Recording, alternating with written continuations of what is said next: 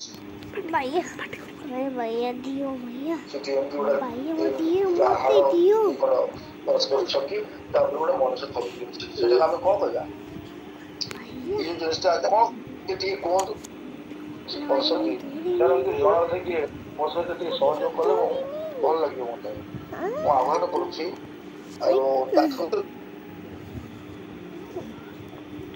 तापर गोटे मनुष्य मुंडर खपुरी अछि हम तो कोन कहबा सेठी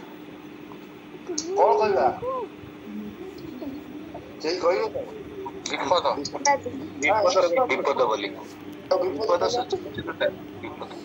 विपद कहबा ना विपदर संकेत कहबा विपदर संकेत सेटा विपद नुहे विपद को संकेतित करथवार सेटा है विपदर संकेत गोटे लोक हाथ आगू बेड रास्तार मोड़ एवं मोड़ पाखे आम सावधान हो गाड़ी चलवा यहाँ हूँ तार कथा। अच्छा एबे जो स्कूल सब अच्छी स्कूल पाखे लिखाई जे गोटे पेनसिल अच्छी पेनसिल अगमन गोटे झील बस पछ मुंडे गोटे पुआ बस आम कौन कहे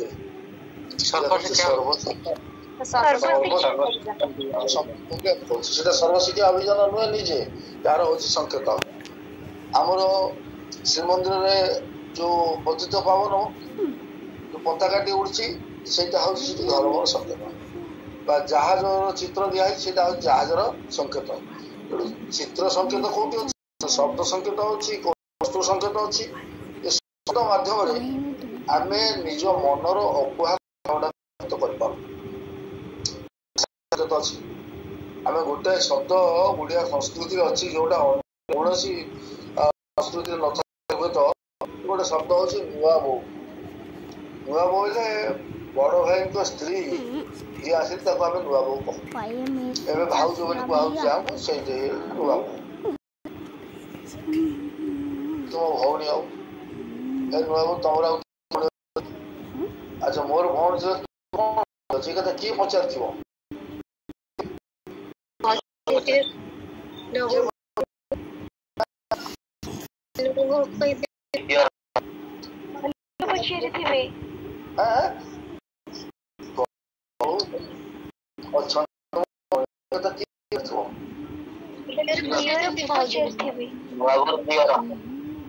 कथा झीर पचार भाउज हे नुआ बो तुम भौणी अच्छी कहीं ना नुआ बो जम भौटी सेमती तेणु झीर अच्छी प्रतियोगिता ना अच्छा मुझे कहि झीर भी पचार नंद पचार कहीं नंद पचार ना ना नंदर भी नुआ बो ना ना नंद पचार ना नुआ बो तुम किए भौणी कहीं पचार नुआ बोर जे परवर्ती संस्करण सान भौणी होते ननद पचार मोर समवयस्क होते पारती सहित सांग हेबी युक्त हेबी बंधुत्व स्थापन करी एक कथा भी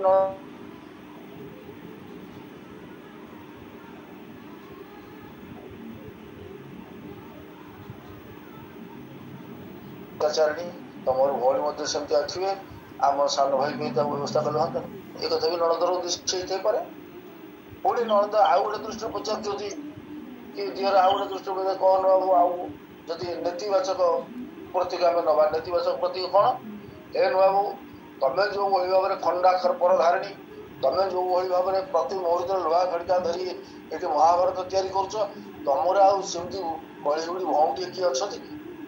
जे जो बाहर गले घर प्रति मुहूर्त महाभारत तैयारी कर युद्धकांड से घड़ू एक कहीं नब तेणु गोटे शब्द को आम संकेतित कर भिन्न भिन्न अर्थ तार अच्छी भिन्न भिन्न भाव अच्छी भिन्न भिन्न चिंतन अच्छी तापर आमर जो भाषा से भी गोटे प्रतीक जो मैंने बर्तमान अंशग्राही से सिस्टम कंप्यूटर व्यवहार करुवे कंप्यूटर जो आसो माउस चलवा पूर्व गोटे डम्बर चिन्ह दिए कि ना डम्बर चिन्ह दिए ना ना समस्त बस सहयोग कले मत शांति लगे खुशी लगे अच्छा से चिन्ह देखिले कि चिन्ह से ମାଉସର ଯୋଉ ତୀର ଆସିବା ପୂର୍ବରୁ ସେ ଯୋଉ ସଂକେତଟି ଆସେ ସେଟା କଣ ଯେ ଗୋଟେ ଲୋକ ତୁ କଣ ମୋ ସାଙ୍ଗେ ହେଇଛି ମୋର ତ ଡମ୍ବରୁ ବାଜିଗଲାଣି ମାନେ ସେଠି କଣ ପ୍ରତୀକ ହବ ସେଠି ତାମାନେ ବର୍ତ୍ତମାନ ହବ ନାହିଁ ବର୍ତ୍ତମାନ ସ୍ଥିତ ଭିତରେ ଆମେ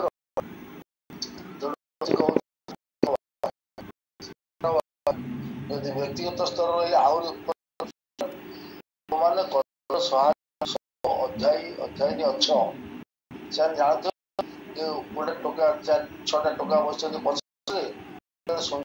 ଝିଅଟି ପହଞ୍ଚିଲା କେଡ଼େ ସୁନ୍ଦର ଫୁଲଟେ ହେବ ସେ ଫୁଲଟା ଯଦି ନ ସୁନ୍ଦର ଝିଅଟିଏ କରି ସୁନ୍ଦର କଥା ଜଣା ଝିଅର ସେଠି କଣ ଫୁଲ ବୋଲି ସେ କହୁଛି ସେ ବାହାରକୁ ଆଉ ଜଣ କହୁଛି ଫୁଲ ଦେଖିଲୁ ଜଣଙ୍କ ଭିତରେ କେବଳ ସୀମିତ କାରଣ ଝିଅ ସଂକେତ କରି କହୁଛି ଫୁଲ ଏବଂ ଫୁଲ ଦେଖିଲୁ କହି ସେ ଝିଅଟିକୁ ମଧ୍ୟ ଦେଖିଲୁ ଏକଥା ସୂଚେଇ ଦଉଛି ଏଠି ଆମେ କଣ କରିବା ନା ବ୍ୟକ୍ତିଗତ ବୋଲି କହିବା ଆମେ ଯୋଉ ଦିଟା ହାଡ଼ ଏବଂ ଥପୁରୀ ଚିହ୍ନଟା ଅଛି ଆମେ ବିପଦର ପ୍ରତୀକ ବିପଦର ସଂକେତ ଏଇ ଯୋଉଟା ହଉଛି ବ୍ୟକ୍ତିଗତ ସଂକେତ ବିପଦର ସଂକେତ ହଉଛି ବ୍ୟକ୍ତିଗତ ପ୍ରତୀକ ଗୃହୀତ ଯାହାତୁ ଗୁଣକର୍ମ କ୍ରିୟା ସୂଚକ ସାହିତ୍ୟ ଦର୍ପଣରେ କଥା କୁହାଯାଇଛି ବିଶ୍ୱନାଥ କବିରାଜ ଜଣେ ବିଖ୍ୟାତ ସଂସ୍କୃତଜ୍ଞ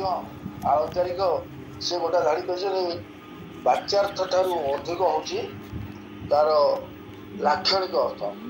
ଗୋଟେ ଶବ୍ଦର ଭିନ୍ନ ଭିନ୍ନ ଅର୍ଥ ଆସିବ ଏବଂ ଉଚ୍ଚାରଣରେ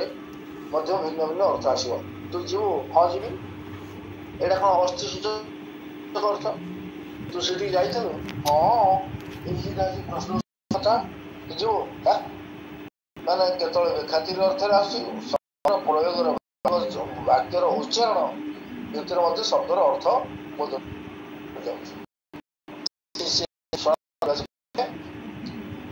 ସଂକେତ ଜାତ ଗୁଣ କର୍ମ କ୍ରିୟା ସୂଚକ ଗୁଣ କର୍ମ ଆଉ କ୍ରିୟା ଭିତରେ ସଂକେତଟା ଗୋଟେ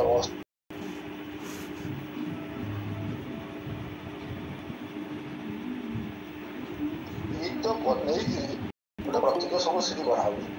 ଏବଂ କେତେବେଳେ ଶବ୍ଦ ପ୍ରତୀକ ହଉଛି କେତେବେଳେ ପ୍ରତୀକ ହଉଛି ଯୋଉ କଥା ଆମର ବାଚ୍ୟାର୍ଥ ଠାରୁ ଭାବାର୍ଥ ଆଉ ଗୋଟେ କଥା ଲୋକ ଆମ ଛୁଆ ସମସ୍ତେ ଜାଣିଛନ୍ତି ଗୋଟେ ସ୍ତ୍ରୀ ଲୋକ ଆଉ ଗୋଟେ ଲୋକକୁ ନିମନ୍ତ୍ରଣ କରିଛି ତା ସ୍ୱାମୀ ତା ଘରେ ନାହିଁ ହେଲା ତାକୁ ନିମନ୍ତ୍ରଣ କରିଛି କଣ ତାକୁ ଲୋକ ଢଗରେ କଣ କହିଲା ଅଧା କାନ୍ଥି ପାଣି ନଉତି ନଣନ୍ଦ ଗୋଡରେ ବଳା ଥିରି ଥିରି କରି ଆସିବୁ ଚୋର ମୁହଁକୁ ଝୁଲି ପଳା ଏଇ ଯୋଉ ଧାଡିଟିରେ ଆମେ କଣ ପ୍ରତୀକ ଭାବୁଛେ କଣ ତାହେଲେ ଅଧା କାନ୍ଥି ପାଣି ନଉତି ଯୋଉ ରୋଷେଇଶାଳ ଅଛି ବର୍ତ୍ତମାନ ପିଲେ କେହି ଦେଖିଛନ୍ତି ରୋଷେଇଶାଳ କିଏ ଦେଖିଛ ଆଜ୍ଞା ଆଜ୍ଞା ସାର୍ ରୋଷେଇଶାଳ କୋଉ ଜାଗାରେ ଥାଏ ଆମର ବାସ୍ତୁ ଦୃଷ୍ଟିରୁ କୋଉ ଜାଗାରେ ଥାଏ ସେଟା ଏଇଟା ଥାଏ ଅଗ୍ନି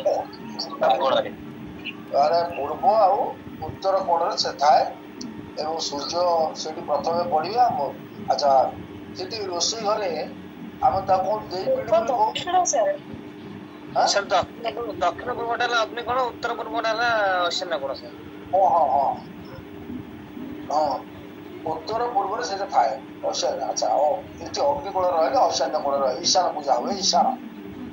ସେଠି ଯୋଉ କହୁଛି କଣ ନା ସେଠି ଗୋଟେ ରୋଷେଇ ଘର ଭିତରେ ଗୋଟେ ଛୋଟିଆ କାଠ ତମ ଅଧା विकास भाई समस्ते टिके वीडियो दियंतु सार गोटे कहवाई सार टे कही टिके वीडियो ऑन कर दियंतु गुरुत्वपूर्ण हूँ समस्त शांति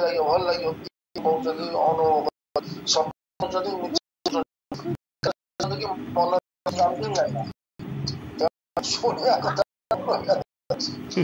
କହିଲା ସେଠି ଅଧା କାନ୍ଥି ପାଣି ନଉଛି ଗୋଡରେ ବଳା ଚୋର ପୁଅକୁ ଝୁଣ୍ଟିକୁ ପରା କରୁଥିବା ଗାଈ କାଟି ଚୋର ଯାହାକୁ ଚୋର ବିକାର ପ୍ରେମିକର ପ୍ରତୀକ କହିଲା ଏମିତି ଅବସ୍ଥା ମୋ ଘରେ ଅଧା କାନ୍ଥି ଅଛି ତା ପାଖରେ ପାଣି ନଉଛି ଗୋଡରେ ଆଉ ପୁଅ ମଧ୍ୟ ମୋର ଛୋଟ ଛୁଆ